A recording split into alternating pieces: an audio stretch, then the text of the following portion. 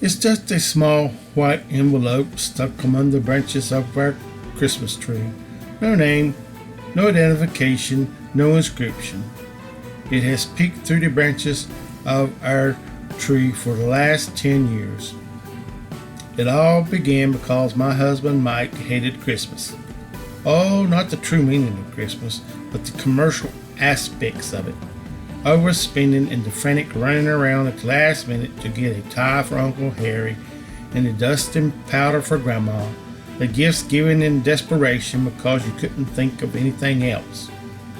Knowing he felt this way, I decided one year to bypass the usual shirts, sweaters, ties, and so forth. I reached for something special just for Mike. The inspiration came in an unusual way. Our son Gavin, who was 12 that year, was on the wrestling team at the school he attended. Shortly before Christmas, there was a non-league match against a team sponsored by an inner-city church.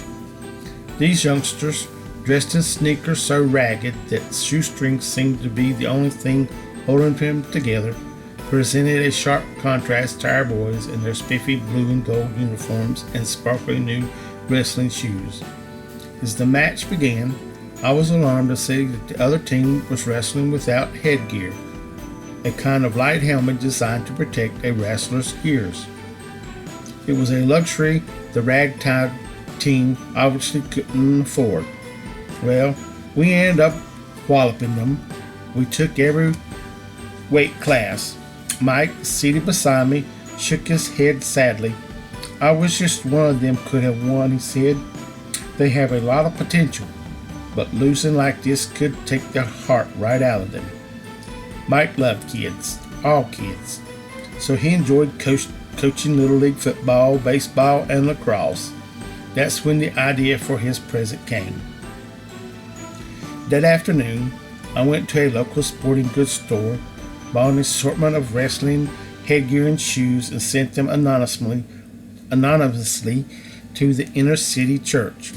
On Christmas Eve, I placed a small white envelope on the tree, the note inside telling Mike what I had done, and that was the gift from me.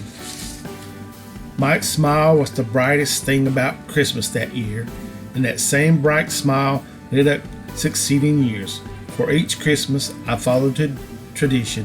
One year, sending a group of mentally handicapped youngsters to a hockey game. Another year, a check to a pair of elderly brothers whose home had burned to the ground the week before Christmas, and on and on. The envelope became the highlight of our Christmas. It was always the last thing opened on Christmas morning, and our children, ignoring their new toys, would stand wide-eyed with anticipation as their dad lifted the envelope from the tree to reveal its contents. As the children grew, the toys gave way to more practical presents, but the small white envelope never lost its allure. The story doesn't end there.